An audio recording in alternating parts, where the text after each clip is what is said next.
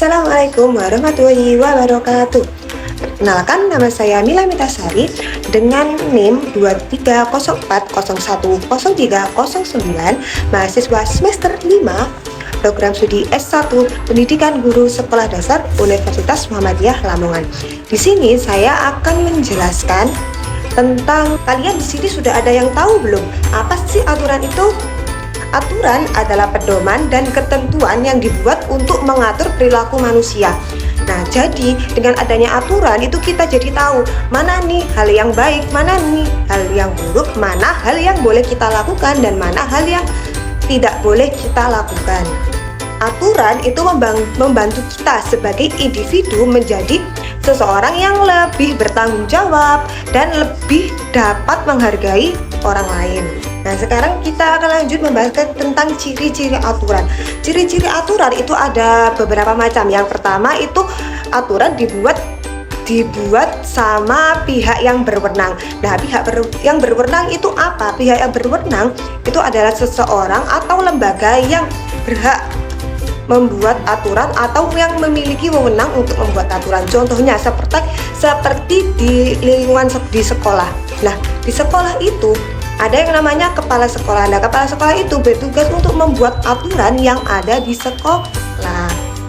Dan yang kedua, bersifat mengikat atau berlaku untuk semua. Jadi aturan itu harus ditaati oleh semua orang yang berada di lingkungan tersebut. Contohnya tadi di sekolah. Nah, aturan di sekolah itu harus ditaati oleh seluruh warga sekolah, yaitu guru, murid, satpam, atau petugas kebersihan. Nah, terus aturan itu juga ada konsekuensinya. Konsekuensi atau yang biasa disebut sebagai hukuman. Jadi ketika kita melanggar aturan, itu nanti kita akan mendapat hukuman atau mendapatkan sanksi.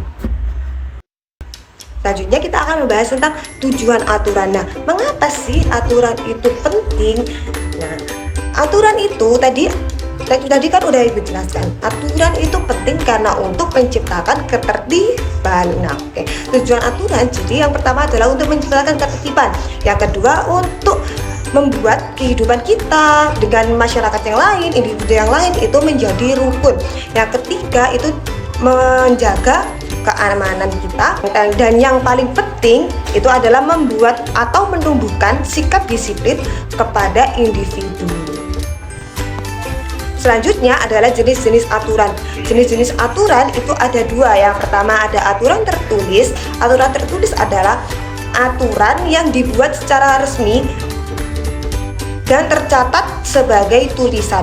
Biasanya aturan tertulis ini ketika kita melanggar akan mendapatkan sanksi. Contoh aturan tertulis itu seperti Undang-Undang Dasar, terus tata tertib di sekolah. Yang kedua adalah aturan tidak tertulis. Nah, aturan tidak tertulis ini aturan yang tidak tercatat tapi sudah menjadi kebiasaan. Contohnya seperti kita harus berbicara sopan kepada orang lain, kita harus menghargai pendapat orang lain.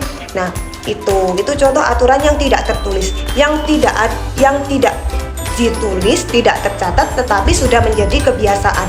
Nah, untuk aturan tidak tertulis ini biasanya sanksinya itu berupa teguran sosial. Nah, ini nih sekarang ibu akan membahas tentang aturan yang ada di sekolah. Aturan di sekolah itu bisa juga sebagai fondasi belajar. Aturan di sekolah adalah seperangkat tata tertib yang dirancang untuk menciptakan lingkungan belajar yang kondusif dan aman. Aturan ini membantu semua warga sekolah, terutama siswa, untuk fokus belajar.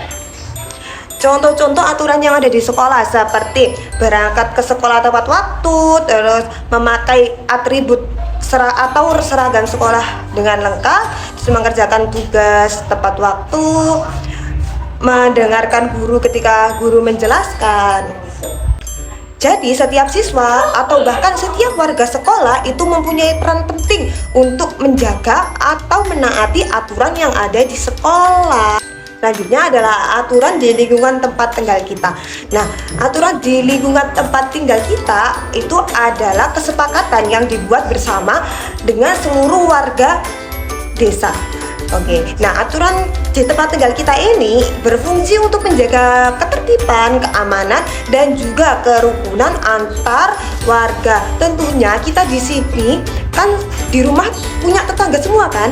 Salah satu tujuan penting aturan agar kita dengan tetangga kita, dengan orang-orang lain yang ada di lingkungan tempat tinggal kita menjadi rukun dan saling menjaga.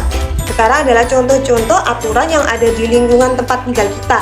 Itu menghormati tetangga. Jadi kita sama tetangga kita, semisal kita berbeda pendapat, itu kita harus saling menghormati. Terus tidak membuang sampah sembarangan. Terus ada lagi ikut kerja bakti, gotong royong. Misalnya pada waktu libur itu di desa kalian mengadakan kerja bakti bersama, itu kalian harus ikut. Jika tidak ada halangan, itu kalian wajib ikut. Dan yang terakhir adalah menjaga kebersihan.